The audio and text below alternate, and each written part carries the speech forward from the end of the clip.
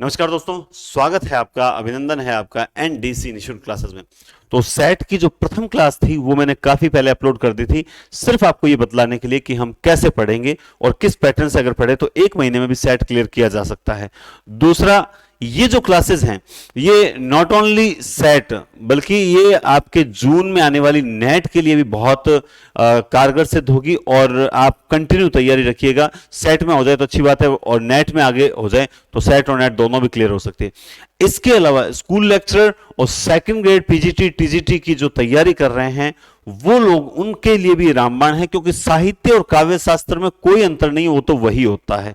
तो ये बहुत अच्छी है, आपकी तैयारी की कंटिन्यूटी मिलेगी। सेकंड ग्रेड की, फर्स्ट ग्रेड की तैयारी जो निशुल्क यूट्यूब पर हो रही है, ये बहुत अच्छी बात है। दूसरा, कई मैसेज आ रहे हैं कि सर आपका कोई असिस्टेंट प्रोफेसर, स्कूल व्याख्याता, सेकंड ग्रेड का कोई हिंदी पॉइंट पर एप्लीकेशन पर कोर्स है क्या? तो मैं आपको बता दूं, फिलहाल ऐसा कोई कोर्स मैंने लॉन्च नहीं किया, ना मैं करूंगा। फिलहाल मैं आपको पूरी की पूरी तैयारी, चाहे किसी भी वैकेंसी की, वो निशुल्क यहीं करवाऊंगा इसी यूट्यूब पर। हाँ, अपनी जो टेस्ट सीरीज है वो अपने साथ साथ क्या करेंगे, हिंदी पॉइंट पर उपलब्ध कराएंगे। और उसका फायदा ये होगा कि यहां पर आपको मैं नोट्स के माध्यम से पढ़ाऊंगा। जैसे कि आप देख सकते हैं, ये इस तरह से नोट्स के माध्यम से आपको पढ़ाऊंगा और यही नोट्स जो हैं वो आपको मैं उपलब्ध करवाऊंगा हिंदी पॉइंट पर, उसी टेस्ट सीरीज में। जो टेस्ट सीरीज परचेज करेगा उसे नोट्स मिल जाएंगे, अलग से किसी को नोट्स वगैरह नहीं भेजे जाएंगे, ये मैं आपको क्लियर कर देता हूं। ठीक है, नोट्स आपको लेने हैं वही टेस्ट सीरीज लीजिए, वहां आपको नोट्स भी मिल जाएंगे और टेस्ट सीरीज भी मिल जाएगी।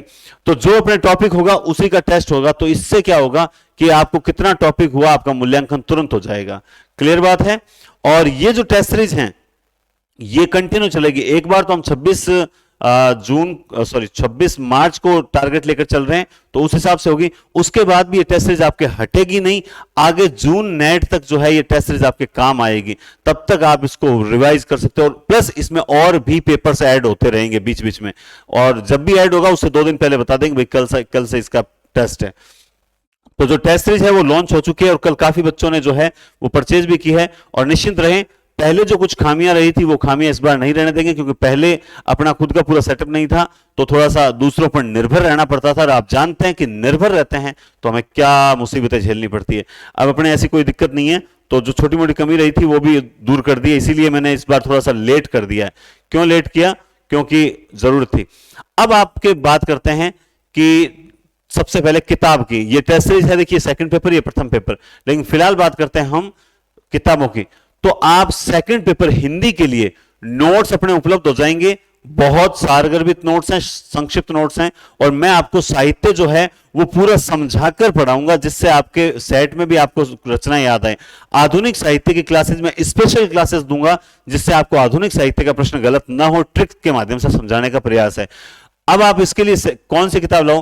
तो फिलहाल के लिए सर आपकी किताब आ रही थी ना, देखिए हमारी किताब में आधुनिक साहित्य का मैटर चल रहा है, और पहले रीट में बिजी थे, और अब 26 जून तक थोड़ा सा मतलब इतनी जल्दी किताब निकाल के हम अपना छवि नहीं खराब करना चाहते कि कुछ गलतियां रह जाए, इसलिए हम एकदम फाइनल चेक करके ही निकालेंगे। ठीक है, प्रतियोगिता साहित्य वाली किताब आप ले आओ, वो किताब काफी है। और इसके अलावा मैं आपको तैयारी करवा दूंगा मेरे नोट्स वगैरह से, और यहाँ क्लासेस से तैयारी करवा दूंगा। ठीक है, तो ये किताब आप जरूर लाना, प्रतियोगिता साहित्य, अशोक तिवारी, डॉक्टर अशोक तिवारी जो है इनके लेखक हैं। ग्रीन कलर का कवर आता है, अशोक तिवारी। देखो अपने कोई प्रचार नहीं है, अच्छी किताब है। मैंने भी इसी से पढ़ाई की थी स्टार्टिंग में, जब 2013 में नेट क्लियर हुई थी, और उसके बाद से जितनी बार नेट क्लियर हुई वो सिर्फ मैंने इसी किताब को सहारा बनाकर, और प्लस दूसरी किताबें ली, ऐसी बात नहीं है, कुछ नोट्स वगैरह भी काम में लिए, लेकिन ये किताब एक बहुत अच्छी किताब है, में से छोटी सारगर्भित, तो ये तो आपके पास होनी ही चाहिए, मेरा ये मानना है। अब बात करते हैं इसमें सर कितने टेस्ट होंगे। तो इसमें दोस्तों अभी फिलहाल एक बार 26 जून को ध्यान में रखते हुए टोटल 11 टेस्ट का शेड्यूल जो है वो आपके हिंदी पॉइंट एप्लीकेशन, जिसका लिंक डिस्क्रिप्शन में दिया हुआ है, टेस्ट सीरीज बता दिया आपको। तो 11 टेस्ट में आपको पूरा सिलेबस जो है वो कवर करवा देंगे। बात करें प्रथम पेपर की, प्रथम पेपर में भी दोस्तों कोशिश ये है हमारी कि 11 टेस्ट तो हैं वो टॉपिक वाइज हैं, सॉरी 10 टेस्ट तो हैं टॉपिक वाइज, प्लस आपके 10 टेस्ट जो हैं वो हैं आपके कैसे संपूर्ण पाठ्यक्रम के। तो आप अगर इनकी तैयारी कर लेते हो ना, केवल ये 20 पेपर देख लेते हो, इसमें याद रखना हमने एक चीज ऐड की है कि ये जो संपूर्ण पाठ्यक्रम के 10 हैं, इसमें हमने जो 5 से 7 क्वेश्चन जो आते हैं अपने गणित वाले, वो हमने ऐड नहीं किए हैं। वो इसलिए ऐड नहीं किए क्योंकि सीधी सी बात है कि गणित हिंदी वाले अभ्यर्थी जो है वो कम स्टूडेंट ऐड मतलब करते हैं, लेकिन फिर भी अभी इनमें तो है 10 में, इन 10 में अभी तक ऐड नहीं किए हैं, क्योंकि एक बार आपको 40 की तैयारी करें तो ज्यादा बेस्ट है। रीजनिंग वगैरह सब ऐड कर दिया, तो जो गणित के 2-4 क्वेश्चन होते हैं वो हमने ऐड नहीं किए, जो ग्राफ वाले क्वेश्चन होते हैं। इस बात का मैं क्लियर कर देता हूं, बाद में कहे सर आपका पेपर अधूरा है, तो मैं आपको बता दूं गणित वैसे भी अपने को ना तो अपन कर पाते हैं, अपने उन 40 पे फोकस करना ज्यादा बेस्ट है। प्लस ये जो 20 पेपर है ये आपको मैं कोशिश करूंगा कि आपको YouTube पर भी करवाऊं, जैसे मैंने आपको रीट में भी करवाया, सेकंड ग्रेड में भी करवाया है जीके के, तो मैं आपको YouTube पर इनका सॉल्यूशन भी करवा दूं ताकि आपको कोई दिक्कत नहीं आए और आपको थोड़ा सा समझ आ जाए, और उनको जब समझाएंगे तो कुछ नए क्वेश्चन और क्लियर हो जाएंगे। तो ये टेस्ट सीरीज प्रथम पेपर द्वितीय पेपर के हिंदी पॉइंट एप्लीकेशन पर जो है अपलोड हो चुकी है, और जो एकदम नाम मात्र मूल्य रखा है क्योंकि उसमें नोट्स, टेस्ट सीरीज प्लस ये जून तक टेस्ट ऐड होंगे इन दोनों में, तो यानी जून तक तो लगभग आप मान लीजिए कि कम से कम 35 पेपर इसमें ऐड हो जाएंगे और 35 से 40 पेपर इसमें ऐड हो जाएंगे। तो इनका मूल्य जो है वो एकदम नाम मात्र रखा है, इससे कम मूल्य न तो किसी कोई छूट वगैरह में होगा ना कोई बात, क्योंकि अब तक हम छूट में करते आए हैं, तो उससे क्या होता है कि जो पहले लेते हैं उन बच्चों को होता है नुकसान। तो इस बार ये फैसला है कि जब अपने को कोर्स यहां फ्री करवा रहे हैं, नोट्स बच्चों को फ्री दे रहे हैं, तो इसका मतलब हम ये जो ऑफर वगैरह सिस्टम है ये मैं बिल्कुल भी नहीं करूंगा। जो फिक्स एक बार रख दी वो फाइनल रख दी वही रहेगी, ठीक है। तो लगभग आपके 1 साल तक, यानी कहने का मतलब है सेट, जून नेट और दिसंबर नेट तक ये टेस्ट सीरीज कंटिन्यू आपके काम आएगी। तो आप आराम से 1, 2, 3 एग्जाम तक इस टेस्ट सीरीज का, इस बीच में अगर स्कूल व्याख्याता और सेकंड ग्रेड आ जाती है तो भी आपके साहित्य का पोर्शन जो है ये टेस्ट सीरीज ये 100% आपके काम आएगी ही आएगी, ठीक है। तो ये आपका आज की सूचना है। तो आप डिस्क्रिप्शन में लिंक दिया हुआ है हिंदी पॉइंट पर, टेस्ट सीरीज जरूर चेक करें, बहुत बढ़िया क्वेश्चन है, क्योंकि मैं अकेला नहीं हूं इसमें, हमारे जो स्कूल लेक्चरर साथी हैं वो भी इसमें सहयोग कर रहे हैं, ठीक है। अब चलते हैं हम आगे।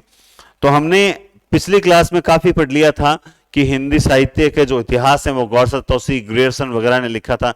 इसके अलावा बहुत सी नई नई चीजें सीखी थी। आज हमें कुछ ऐसी चीजें देखनी है कि हिंदी साहित्य के प्रमुख इतिहासकारों द्वारा जो दिए गए जो काल विभाजन है इस पर प्रयास करना है।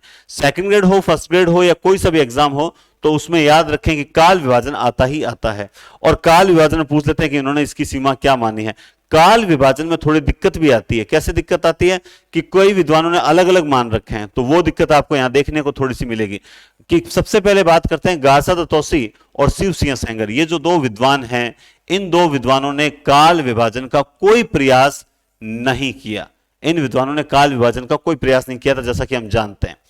फिर आते हैं ग्रियर्सन ने अपने हिंदी साहित्य के इतिहास ग्रंथ को 12 अध्यायों में विभक्त किया और प्रत्येक विभाजन को एक कालखंड का नाम दिया और 12वें को दे दिया, क्या दे दिया, विविध, तो व्यक्त करता है। तो ये यहां पर ग्रियर्सन ने बहुत ज्यादा काल बांट दिए। इसके अलावा 14वीं शताब्दी के बारे में कुछ कहा ही नहीं था, तो ये इनके दोष भी माने जाते हैं।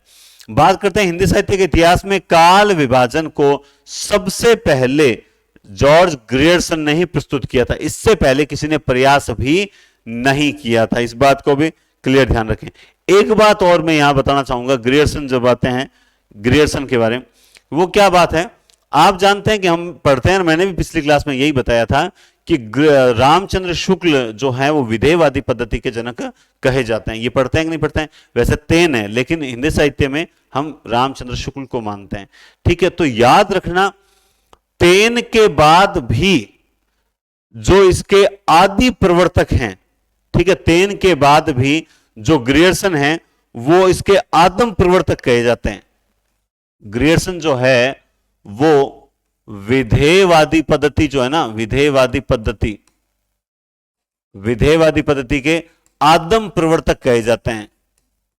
यानी रामचंद्र शुक्ल से पहले ग्रियर्सन ने विधेयवादी पद्धति का प्रयोग जो है वो काल विभाजन में हिंदी साहित्य इतिहास लेखन में किया था। रामचंद्र शुक्ल ने बाद में किया था। लेकिन बात यह है कि हिंदी में इतिहास लिखते समय, क्या इन्होंने हिंदी में लिखा था? नहीं लिखा था। हिंदी में इतिहास लिखते समय सबसे पहले रामचंद्र शुक्ल ने विधेयवादी पद्धति का प्रयोग किया था, जबकि ग्रियर्सन भी विधेयवादी पद्धति का प्रयोग करते हैं, जो कि हमें किताबों में देखने को नहीं मिलता है, बहुत कम किताबों में ये बात लिखी हुई है। इन्होंने लेखक कवियों का काल क्रमानुसार वर्गीकरण किया था। ग्रियर्सन के काल विभाजन में वैज्ञानिकता का अभाव है। अगर आपसे पूछा जाता है कि ग्रियर्सन के काल विभाजन का निम्न में से क्या दोष होगा, तो वो दोष क्या है? वैज्ञानिकता का अभाव है। तथा कालों की संख्या, जो काल की संख्या है, वो अधिक होने के कारण इसका काल विभाजन मानना उचित नहीं है। भाई काल की संख्या अधिक होने के कारण क्या है कि इसे काल विभाजन मानना उचित नहीं है, क्योंकि काल विभाजन के बजाय ये तो एक तरह से लेसन्स हैं और लेसन्स के नाम दे रखे हैं, इस हिसाब से उन्होंने दे रखा है। फिर सबसे जो मतलब स्टार्टिंग आता है वो आता है मिस्र बंधु का काल विभाजन। मिस्र बंधुओं का काल विभाजन को लेकर सबसे पहली दिक्कत क्या आती है? भाई ये तो सही है कि 5 खंडों में, ये बात तो क्लियर हो जाती है। फिर यहां आती है कुछ किताबों में यहां आरंभिक की जगह प्रारंभिक दे रखा है, तो ये आरंभिक और प्रारंभिक में किताबों में अलग अलग दे रखा है। लेकिन जो अपने किताबें हैं, जो मान लो यूं कह सकते हैं जो मैं पढ़ रहा हूं ऑथेंटिक किताबों में से ही पढ़ रहे हैं, तो वहां पर आरंभिक भी लिखा हुआ है, इसमें भी कोई दो राय नहीं है। ठीक है, अब सबसे पहले देखिए, क्योंकि इन्होंने आरंभिक में क्यों बता रहा हूं, क्योंकि इन्होंने जो यहां नाम दिया है वो पूर्व आरंभिक ही दिया है। अगर वो यहां प्रारंभिक देते तो फिर यहां भी पूर्व प्रारंभिक देना चाहिए था, जो इन्होंने नहीं दिया है। उन्होंने इसका नाम यहां आरंभिक है तो फिर यहां पूर्व आरंभिक और उत्तर आरंभिक, तो ये आरंभिक को सही माना गया। इसका समय जो है वो 700 से 1444 विक्रम संवत है। विक्रम संवत ईस्वी का भी विशेष ध्यान रखें। इन्होंने क्या किया, आरंभिक को 2 भागों में बांट दिया, पूर्व और उत्तर।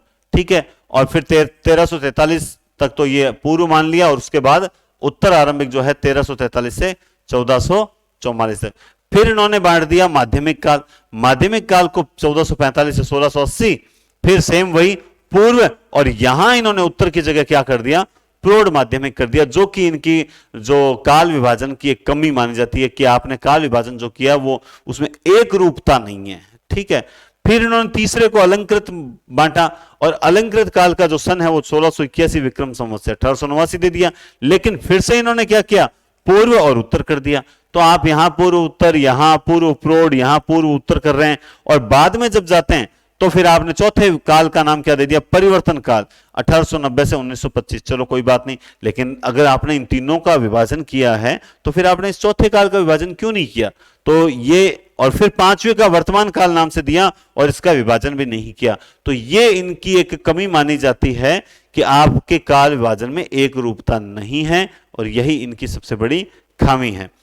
ठीक है, आगे देखो, फिर बात करते हैं रामचंद्र शुक्ल। जो ऑथेंटिक, जो मेन पेपर में प्रश्न आते हैं उन काल विभाजनों को बताऊंगा मैं। तो इन्होंने 900 वर्षों के काल को 4 खंडों में बांटा था, आप जैसा कि जानते हैं। वीर गाथा काल, जिसे आदिकाल भी कहा जाता है, इन्होंने आदिकाल को वीर गाथा काल भी कहा है। 1050 विक्रम संवत से 1375, ये विशेष याद रखना, अक्सर यहां पे वो कंफ्यूज कर देते हैं 1350 लिखकर, तो 1350 नहीं है, 1375 है, इस बात का ध्यान रखना। वीर गाथा को उन्होंने बांट दिया अपभ्रंश और वीर गाथा। क्या बांट दिया, अपभ्रंश और वीर गाथा। फिर इस अपभ्रंश का 1050 से 1200 और 1200 से 1350। इसी वीर गाथा को राम कुमार वर्मा ने क्या कहा है, चारण काल कहा है। क्या कहा है, चारण काल कहा है। ठीक है, तो वीर गाथा काल, अभी हम आगे जो है इन कालों के नामकरण के बारे में भी जानेंगे।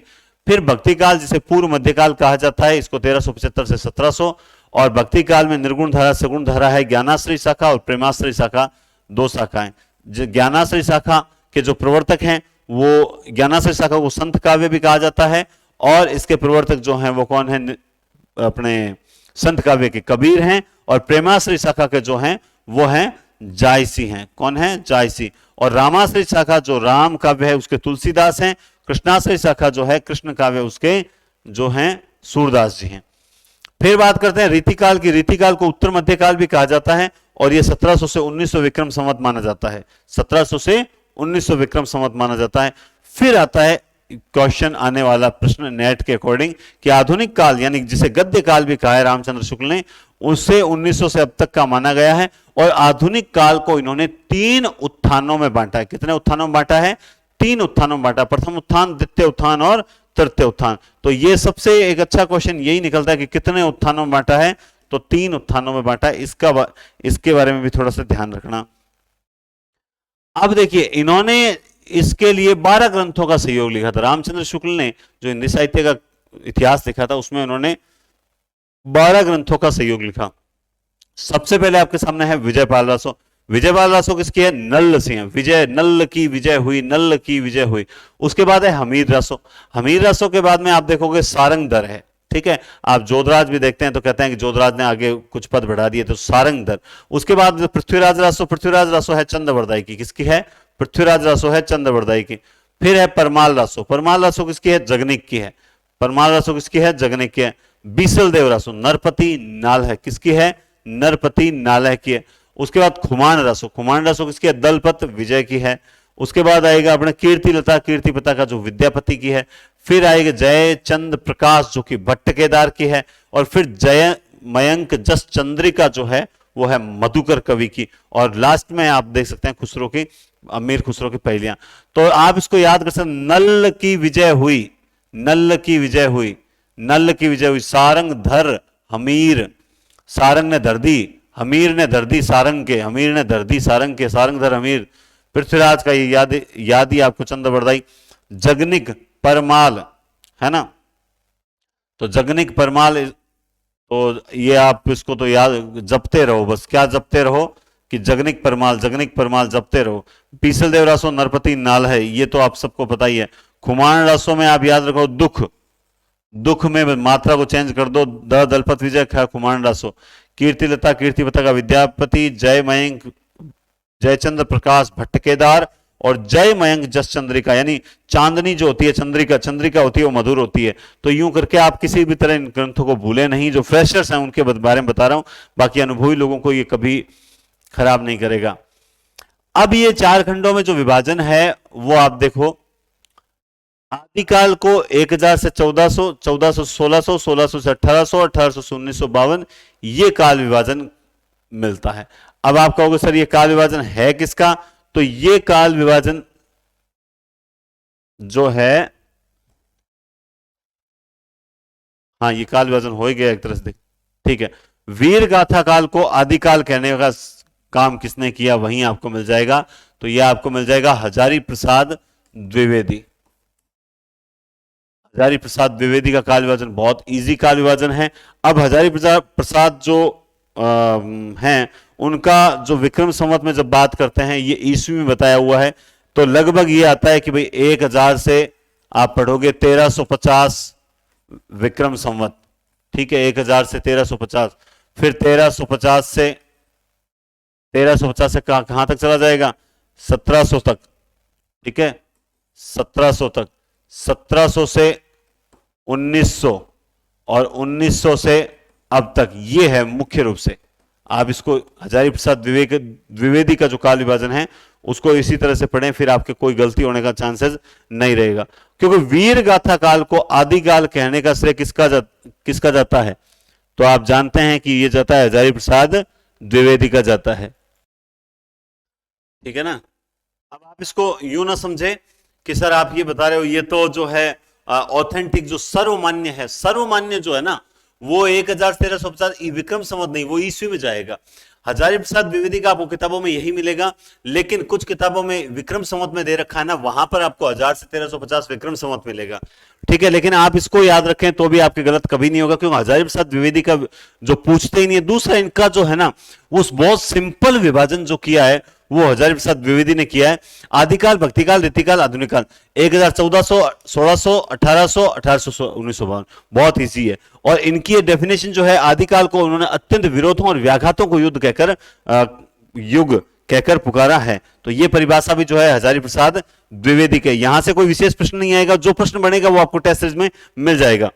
उसके बाद नगेंद्र का जो काल विभाजन है वो थोड़ा क्रिटिकल है। इन्होंने क्या किया, ये एकमात्र ऐसे विद्वान है जिन्होंने शताब्दी में जो है इसका काल विभाजन किया है कि 7वीं से 14वीं, 14वीं से 17वीं, 17वीं से 19वीं, 19वीं से वर्तमान। तो उन्होंने 4 बांट दिए। उसके बाद इन्होंने देखिए पुनर्जागरण, जिसे भारतीय युग कहा जाता है, इसका समय बताया 1857 से 1900। जागरण सुधार, द्विवेदी युग का दूसरा नाम जागरण सुधार है, द्विवेदी युग से 1900 से 1918। छायावाद काल, जिसे प्रसाद पंथ निराला युग कहा जाता है, 18 से 38। तो ये एक यहां पर इंपॉर्टेंट क्वेश्चन है, क्योंकि कहीं 16 से 36 है, कहीं 18 से 36 है। लेकिन नगेंद्र का जो है वो 8 से 8 का मिलान करना है। नगेंद्र का जब आ जाए तो 8 से 8 का मिलान करना है, 18 से 38 का मिलान करना है। छायावादोत्तर काल चौथा, यह भी याद रखना कि आधुनिक काल को इन्होंने सिर्फ 4 भागों में ही बांटा है, क्यों कई बार यहां से बेसिक क्वेश्चन आता है, वहां पर भी हम मार खा जाते हैं। ठीक है, फिर छायावादोत्तर को इन्होंने 2 भागों में फिर बांट दिया, प्रगति प्रयोग काल और नवलेखन काल। तो नगेंद्र का काल विभाजन में से 2-3 प्रश्न निकलते हैं, उनको विशेष याद रखना। शताब्दियों में वर्णन किया, 7वीं 14वीं 16वीं 14वीं 17वीं से 19वीं 19वीं से अब तक। और पुनर्जागरण काल, जागरण सुधार काल, छायावाद काल, छायावादोत्तर काल, प्रगति प्रयोग, नवलेखन। तो इसमें से सन आपको ये एक ही याद करना है, बाकी इनके सन याद करने की जरूरत ही नहीं है, क्योंकि ये बहुत बेसिक है। ठीक है, उसके बाद आते हैं राम कुमार वर्मा। राम कुमार वर्मा जिनके 5 भागों में दे रखा है काल विभाजन, तो आप कहोगे सर देखो जितनी किताबें हैं सबके अलग अलग चीजें हैं, और मतलब उसमें कहीं ना कहीं क्रिटिकल आता है, क्योंकि जो मैंने आपको भी थोड़ी देर पहले बात बताई थी कि ग्रियर्सन जो हैं वो आदम प्रवर्तक हैं। किस चीज के आदम प्रवर्तक हैं? किस चीज के हैं? विधेयवादी पद्धति के। किस चीज के हैं? विधेयवादी पद्धति का आदम प्रवर्तक कहा जाता है। किसको कहा जाता है? ग्रियर्सन को कहा जाता है। जबकि अगर ऑप्शन में शुक्ल आएगा तो हम लोग शुक्ल कर देंगे, मैं भी कर दूंगा, आप भी कर दोगे। तो हमेशा क्यों कर देंगे? क्योंकि हमने आज तक शुक्ल ही पढ़ा है। तो सर ये फिर आप क्या बता रहे? तो ये बात किसके ग्रंथ में लिखी हुई है? ये जो नलीन विलोचन का जो ग्रंथ है, कौन सा? हिंदी साहित्य का इतिहास दर्शन। ये जो हिंदी साहित्य का इतिहास दर्शन है, इस ग्रंथ में उन्होंने क्या माना है? ग्रियर्सन को हिंदी साहित्य में विधेयवादी पद्धति का आदि प्रवर्तक माना है। तो ये विरोधाभास जो आता है ना, वो इस कारण से आता है। बाकी कोई भी ना तो गलत पढ़ाता है ना किसी कारण से। मैं कौन सी किताब फॉलो करता हूं, आप कौन सी किताब फॉलो करते हैं, तो उस चीज को लेकर आता है। तो आपको सर्वमान्य चीज है, जो सार्वभौमिक है, वो चीज बताने का प्रयास है। तो इन्होंने 5 भागों में बांटा है। अब वहां पर भी आप क्या है कि कई जगह ये पढ़ोगे, एक ही पढ़ोगे इसको, वो कहेंगे 4 में बांटा है, 1 2 3 4, और फिर वो कहेंगे कि इस जो प्रारंभिक काल है इसको क्या बोल दिया? फिर से कुछ किताबें बोलती है प्रारंभिक काल, और फिर प्रारंभिक काल को रामकुमार वर्मा ने 2 भागों में बांटा, संधि काल और चारण काल। ठीक है, जबकि उन्होंने उनको अलग ही कर दिया। इसको तो उन्होंने संधि काल कहा है 1750 विक्रम संवत से 1000 विक्रम संवत, दूसरा चारण काल कहा है 1000 विक्रम संवत से 1375, यानी जो उनका रामचंद्र शुक्ल का वीर गाथा काल है वही इनका क्या है? चारण काल है। फिर भक्ति काल, रीति काल, आधुनिक काल में कोई डिफरेंट नहीं है, बस यहीं पर आपको थोड़ा ध्यान रखना है। और जिसे रामचंद्र शुक्ल ने अपभ्रंश काल कहा है वो इनका संधि काल है। और राम कुमार वर्मा एकमात्र ऐसे व्यक्ति हैं जो रामचंद्र शुक्ल का पूर्णतः पीछा करते हैं, और हजारी प्रसाद द्विवेदी एकमात्र ऐसे व्यक्ति हैं जो रामचंद्र शुक्ल की हर बात को तर्क सहित जो है वो उस पर कटाक्ष करते हैं, आलोचना करते हैं, तर्क सहित आलोचना करते हैं। आगे देखिए, शुक्ल के वीरगाथा काल को चारण काल कहा है रामकुमार वर्मा ने, उससे पहले के काल को उन्होंने संधि काल कहा है। अपभ्रंश की बहुत सारी सामग्री समेट लेने के कारण स्वयंभू, किसको? स्वयंभू को प्रथम कवि मानने की भूल करते हैं। भाई राम कहते हैं कि मैं स्वयं जो है वो स्वयंभू हूं, अर्थात मैं स्वयं जन्मा हुआ हूं, यूं मान हो गई ना। तो राम कुमार वर्मा स्वयंभू को हिंदी का प्रथम कवि मानते हैं, और भक्ति काल के निर्गुण ज्ञानाश्रय को संत काव्य, यानी ज्ञानाश्रय, श्रय जो आता है ना, ज्ञानाश्रय प्रेमाश्रय, तो श्रय श्रय शुक्ल, तो श्रय श्रय 2 बार आता है, यानी वो शुक्ल तो बांटते हैं, ज्ञानाश्रय प्रेमाश्रय, उसी को इन्होंने सूफी और संत काव्य कहकर पुकारा है। तो ये इनके बारे में 3-4 चीजें इतनी हैं, और आप जानते भी हैं कि उन्होंने केवल और केवल भक्ति काल तक ही हिंदी साहित्य का इतिहास लिखा था, उसके बाद ये नहीं लिख पाए थे। गणपति चंद्रगुप्त 3 प्रधान कालों में बांटा है। अब इसे भी कुछ जो हैं वो अलग अलग बांटते हैं कि भाई ये प्रारंभिक है, और तो ये याद रखना, मैं जब बताता हूं कि इन्होंने प्रारंभिक माना है, और प्रारंभिक उसके बाद में ये जो प्राचीन काल है ना, इसको उन्होंने क्या कहा है? प्रारंभिक। तो ये किताबों की विरोधाभास है और कुछ नहीं है, इनमें उलझना नहीं चाहिए। सार से 100% जो है ना वो हमें शुद्ध ढूंढने के लिए खुद को उसमें डूबना पड़ेगा, तो आप विद्वान तो बन जाओगे, सिलेक्शन नहीं होगा। तो याद रखें, प्राचीन काल जिसका समय इन्होंने माना 1184 से 1350। फिर है मध्यकाल। फिर क्या है? मध्यकाल। मध्यकाल को पूर्व और उत्तर काल मध्यकाल बांटा है। अब वो इसको अलग कर दो अगर आप, कि पूर्व मध्यकाल उत्तर मध्यकाल, तो अपने आप ये 4 भागों में हो भी जाएगा, कोई दिक्कत भी नहीं आएगी।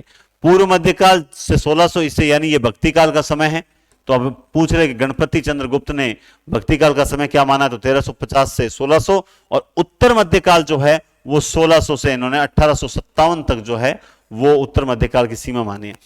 इन्होंने क्या किया, ये यहां से एक प्रश्न निकलता है कि जो पूर्व मध्यकाल है उसको 3 भागों में विभाजित किया है। कौन सा? धर्माश्रित, राज्याश्रित और लोकाश्रित। अब मान लो पेपर में प्रश्न आ गया कि गणपति चंद्रगुप्त ने पूर्व मध्यकाल को निम्न में से किस निम्न जो विभाजित किया, जो विभाजन है वो निम्न में से कौन सा नहीं है, तो धर्माश्रित, राज्याश्रित, लोकाश्रित, प्रेमाश्रित, इस प्रकार से आ जाए। ठीक है, कोई एक आश्रित और दे दे। तो याद रखना, धर्म पर आश्रित काव्य, राज्य पर आश्रित और लोक पर आश्रित, ये 3 प्रकार का काव्य पूर्व मध्यकाल यानी भक्ति काल में लिखा गया था। इस बात को मानने वाले कौन है? गणपति चंद्र गुप्त हैं। उसके बाद आधुनिक काल जो है 1857 से अब तक माना। अब इनकी देखिए, गणपति जी, गणपति यानी भगवान गणेश, गणपति जी की साली भद्र, गणपति जी की साली जो थी वो कितनी थी?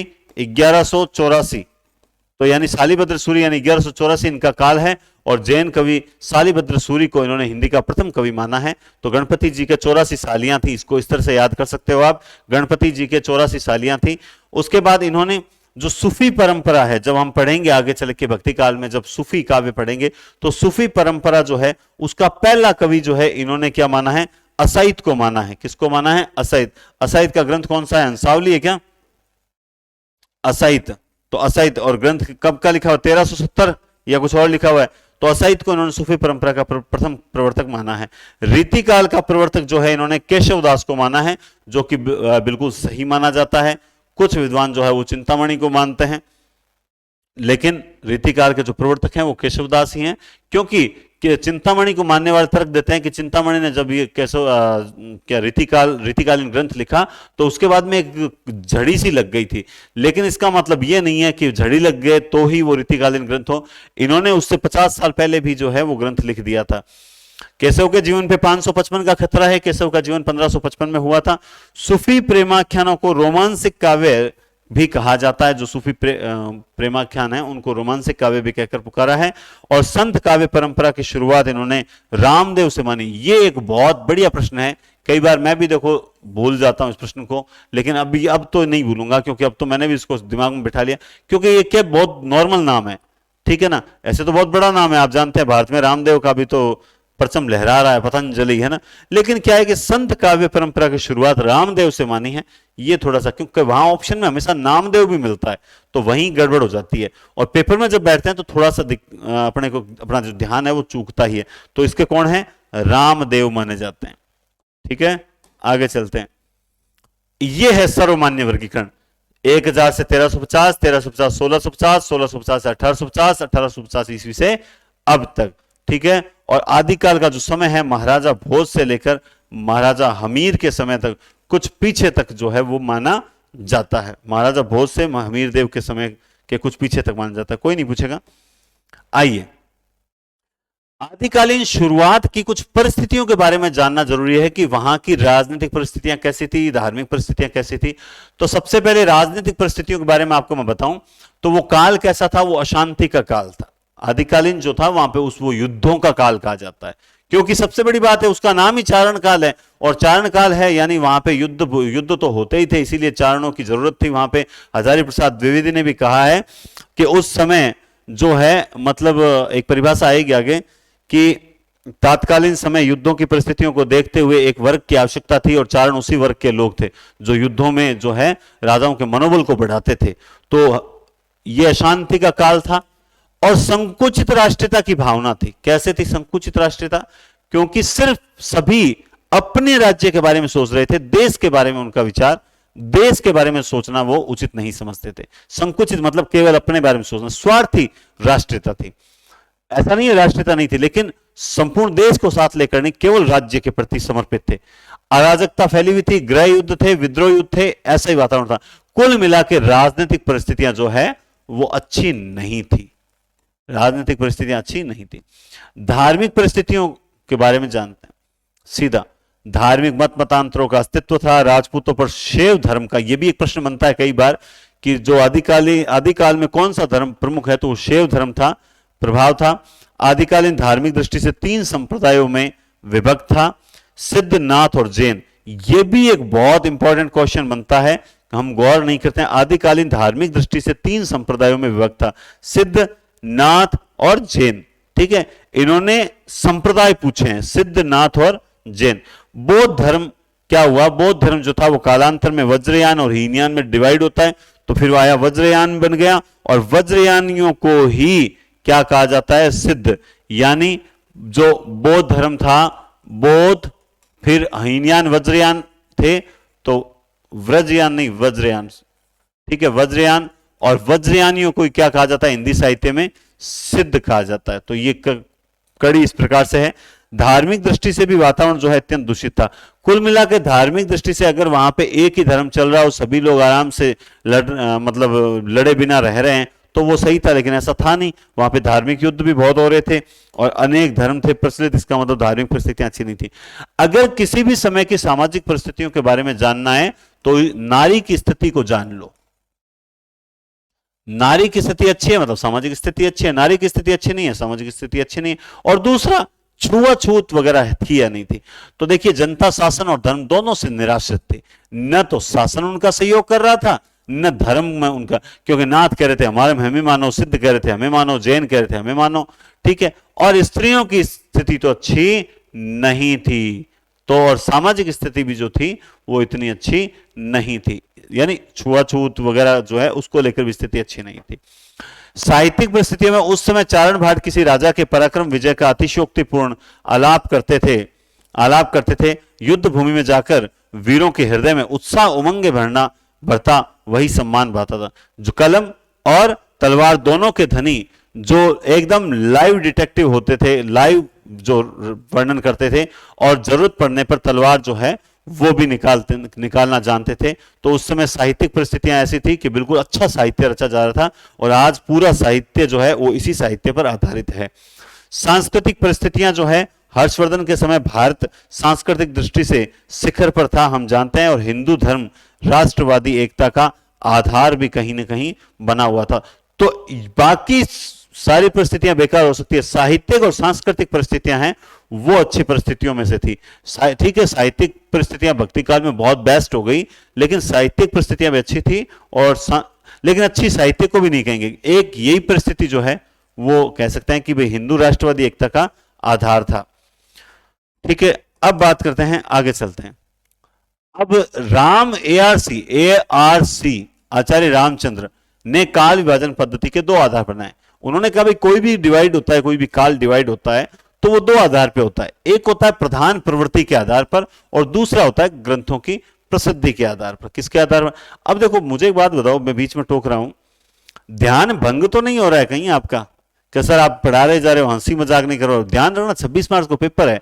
अब या तो हंसी मजाक हो सकती है और या फिर अपने आराम से पढ़ सकते हैं। क्यों, कई बार क्या होता है, कई बच्चे सिर्फ और सिर्फ आनंद लेने के लिए पढ़ने आते हैं, तो यहां आनंद का समय नहीं है अपने पास, आनंद अपने अलग वीडियोस में लेंगे। प्रधान प्रवृत्ति, भाई उस काल की सबसे बड़ी प्रवृत्ति कौन सी है, सबसे ज्यादा प्रमुख प्रवृत्ति कौन सी है, उसके आधार पर उसका नामकरण होता है, या फिर किसी ग्रंथ की प्रसिद्धि के आधार पर उस काल का नामकरण होता है। जैसे भक्ति काल है तो वहां ये दोनों ही चीजें काम आ जाती है, लेकिन यहां प्रवृत्ति के आधार पर उसका नाम हुआ है। शुक्ल के काल विभाजन में विद्वानों को सर्वाधिक आपत्ति किससे है? वीर गाथा काल से ही उनको सर्वाधिक आपत्ति है कि आपने आदिकाल को वीर गाथा काल क्यों कहा, क्योंकि वहां धार्मिक साहित्य भी तो रचे गए थे। अब ये देखिए, आदिकाल का नामकरण, आदिकाल के नामकरण को लेकर एक प्रश्न पक्का आता है, किस विद्वान ने किस किस नाम से पुकारा है? देखिए,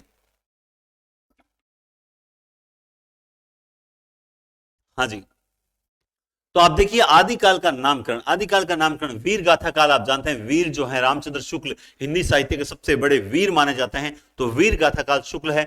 आदिकाल, आदिकाल जो है हजारी प्रसाद द्विवेदी ने हजार युगों से, यानी जो आदि से चल रहा है, 1000 वर्ष पहले से चल रहा है, 1000 वर्ष पहले से आदि से चल रहा है, हजारी प्रसाद द्विवेदी। चारण काल सबसे पहले ग्रेडसन ने कहा था, उसके बाद संधि काल और चारण काल जो है वो राम कुमार वर्मा ने कहा था।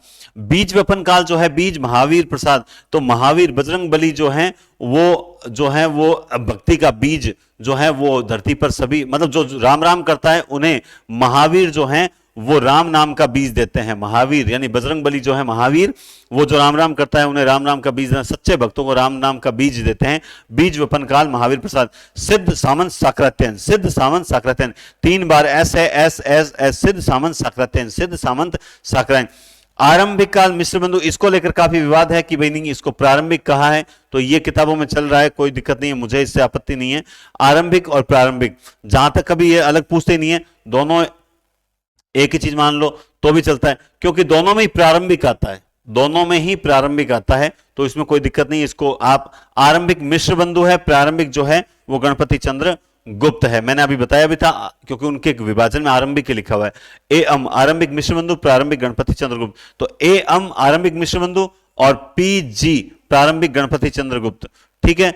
अप्रभंश काल या पुरानी हिंदी का काल, तो पुरानी हिंदी नाम आते ही दिमाग में चंद्रधर शर्मा गुलेरी आना चाहिए।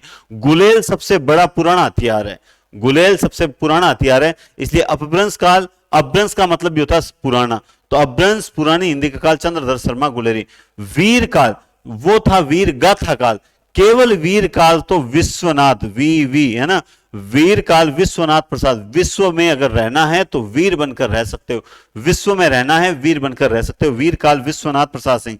अंधकार काल कमल कुलश्रेष्ठ, पहले कमल कीचड़ में खिलता था, आजकल कमल अंधकार यानी अंधेरे में खिलता है, तो कमल कुल श्रेष्ठ जो है अंधकार काल। ठीक है, अंधकार, आजकल अंधेरा जो होता है वो कमल में होता, सॉरी कमल जो खिलता है वो अंधेरे में खिलता है। कमल कहां खिलता है? अंधेरे में खिलता है। उत्तर अपभ्रंश काल, देखिए अपभ्रंश काल चंद्रधर शर्मा गुलेरी ने कहा है, लेकिन उत्तर अपभ्रंश काल डॉक्टर हरीश ने कहा है। किसने कहा है? डॉक्टर हरीश ने उत्तर अपभ्रंश काल कहा है। संक्रमण, अगर ज्यादा खाओगे, ठीक है, मिठाई ज्यादा खा ली, हाउ को गणो कर लियो, तो मिठाई खाओगे तो संक्रमण तो होगा ही होगा। तो राम खिलावन पांडे और हरिश्चंद्र वर्मा, हरिश्चंद्र ने ज्यादा खाया इसलिए संक्रमण हुआ। राम खिलावन पांडे, हरिश्चंद्र वर्मा जो है संक्रमण काल। आधार, भाई आधार के लिए आपको कहीं ना कहीं अवस्थित होना पड़ेगा। मोहन अवस्थी आधार काल, मोहन अवस्थी आधार काल। आविर्भाव काल जो है शैलेश जैदी, किसका है? आविर्भाव काल शैलेश जैदी, आविर्भाव काल शैलेश जैदी। उद्भव काल वासुदेव, वासुदेव के घर ही उद्भव हुआ था श्री कृष्ण का। वासुदेव उद्भव, वासुदेव उद्भव, वासुदेव वासुदेव है ना, वसुदेव वसुतम देवम कंस चाणूर रमर्दनम देवकी परमानंदम कृष्णम वंदे जगत गुरुम। तो कृष्णम वंदे का ही उद्भव हुआ था, और उसी के बाद से तो उद्भव वासुदेव को जोड़ना है। अंधकाल वो था अंधकार काल, ठीक है ना, कमल कुलश्रेष्ठ। अंधकाल और बाल्यावस्था काल जो है वो रमाशंकर शुक्ल रसाल। तो रसाल, अंधकाल, बाल्यावस्था काल, रसाल। अंधकाल और बाल्यावस्था काल। जब हम बालक थे तो अंधेरे में बैठकर रसाल यानी आम खाया करते थे।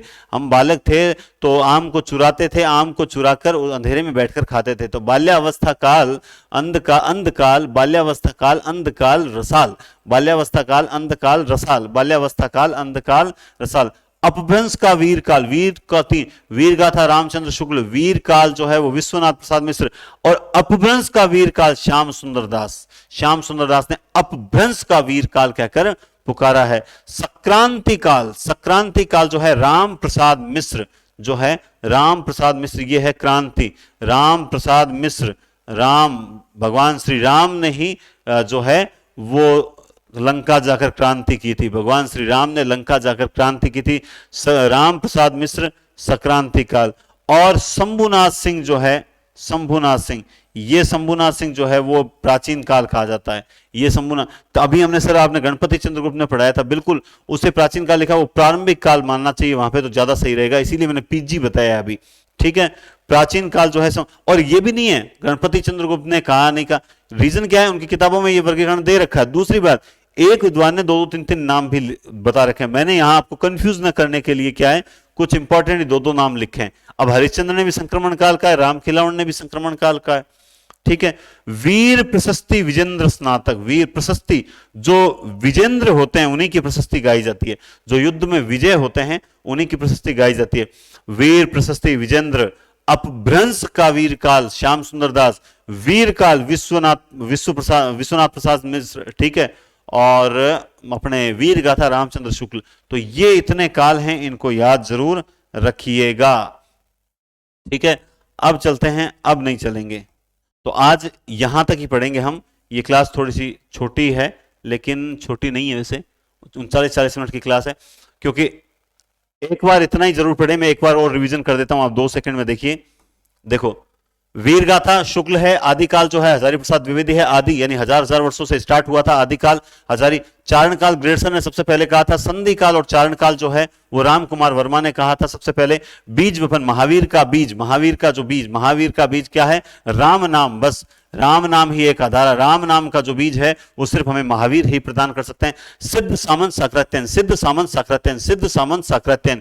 आरंभिक जो है मिश्र बंधु और प्रारंभिक जो है वो शून्य काल, इस पर आपको विवाद होगा लेकिन घबराए नहीं, इसका क्लियर मैं आगे कर दूंगा। और भी प्रारंभिक शून्य काल, शून्य काल भी गणपति चंद्रगुप्त ने कहा था, ये बात भी बहुत इंपॉर्टेंट है। शून्य काल भी कहा है, इसको प्रारंभिक भी कहा है, ठीक है। आरंभिक मिश्र बंधु।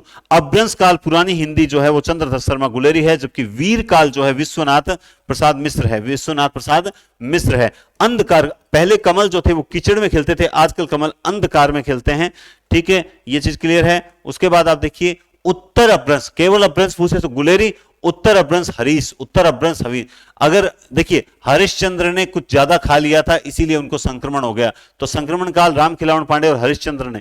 आधार के लिए अवस्थित होना जरूरी है, आविर्भाव जो है शैलेश जैदी। जद भी एक मारवाड़ी में एक शब्द चाले, जद यानी कभी भी, तो अगर आविर्भाव जद भी हो तो फिर स्वागत करना है। आविर्भाव जद भी हो यानी आविर्भाव काल जैदी। उद्भव, उद्भव हुआ था वासुदेव के घर, श्री कृष्ण का उद्भव हुआ था, बस अब इसको जोड़ना है, ट्रिक हमेशा बिना सिंह पूंछ की होती है। उद्भव वासुदेव सिंह। अंधकाल बाल्यावस्था का काल, जो अंधकाल यानी अंधकाल बाल्यावस्था, बाल्यावस्था में अंधकाल, अंधकाल यानी बाल्यावस्था में अंधेरे में बैठकर रसाल खाया करते थे, रसाल खाया करते थे, रसाल खाया करते, आम खाया करते थे, अंधकाल बाल्यावस्था रसाल। अपभ्रंश का वीर काल जो है श्याम सुंदर दास ने कहा है, संक्रांति राम भगवान ने लंका जाकर क्रांति की थी, तो राम प्रसाद मिश्र ने, राम प्रसाद मिश्र ने। प्राचीन काल शंभुनाथ सिंह, शंभु से प्राचीन संसार में कोई है ही नहीं, शिव से प्राचीन कौन सा होगा? आदि प्रवर्तक हैं, तो शिव प्राचीन, शंभु जो है वो सबसे प्राचीन है। और वीर प्रशस्ति युग जो है विजेंद्र, जो विजेंद्र होते हैं वही जो है अपनी प्रशस्ति को इस संसार में बखान करते हैं। तो इस तरीके से इनका नामकरण भी आप याद कर लेना। नेक्स्ट क्लास आपको बहुत जबरदस्त दूंगा। इसके साथ ही आपको मैंने ये बता दिया है, फिर से मैं बता देता हूं, रिपीट कर देता हूं कि जो टेस्ट सीरीज है वो बहुत जबरदस्त टेस्ट सीरीज है। हाँ, ये टेस्ट सीरीज को जरूर आप लें, और ये नोट्स जो हैं वो आपको एक साथ मिल जाएंगे। और ताकि क्या है कि आप ये इतना पढ़ा दिया ना, आप इससे भी थोड़ा आगे पढ़ सकते हैं। दूसरा, आज की क्लास में तो कुछ नया ऐड करवाने के लायक नहीं था, जैसे अब शाम को जो क्लास अपलोड करूंगा उस क्लास में जो है काफी कुछ नया अपलोड भी करूंगा, कुछ आपको लिखवाऊंगा भी, तो आप नोट्स प्रिंट किए हुए होंगे तो उस पर लिख भी लोगे आप। और मैंने थोड़ी स्पेस दिया ताकि आप कुछ नई चीजें ऐड कर सकते हो। और कोशिश ये करनी है आपको, सेट हो चाहे नेट हो चाहे सेकंड ग्रेड हो चाहे फर्स्ट ग्रेड हो, आपको इन्हीं नोट्स को अगले 3-4 महीनों तक घोटना है। मैं कहता हूं हिंदी साहित्य का एक भी प्रश्न गलत नहीं होगा। ये 0 लेवल से हिंदी साहित्य जो है आपको मैं करवा रहा हूं, इससे मतलब 0 लेवल से आपको कोई नहीं करवा सकता। यानी बेसिक तो समेट ही रहा हूं, प्लस जो क्वेश्चन आने वाले हैं वो भी आप आगे देखोगे बहुत बढ़िया समेट रहे हैं। तो उम्मीद करते हैं ये जो टेस्ट सीरीज है ये बहुत ही जबरदस्त टेस्ट सीरीज है जो हिंदी पॉइंट एप्लीकेशन पर स्टार्ट कर दी गई है। और आप इसमें ये जो 30-30 पेपर हैं वो जून नहीं बल्कि आगे तक कंटिन्यू चलते रहेंगे, ये जून नेट तक का है। लेकिन फिलहाल आपको 11-11 पेपर जो हैं इसमें मिलेंगे और बहुत ही बढ़िया टेस्ट सीरीज आपको मिलेगी। बहुत बहुत धन्यवाद, टेक केयर और शुभ दिन।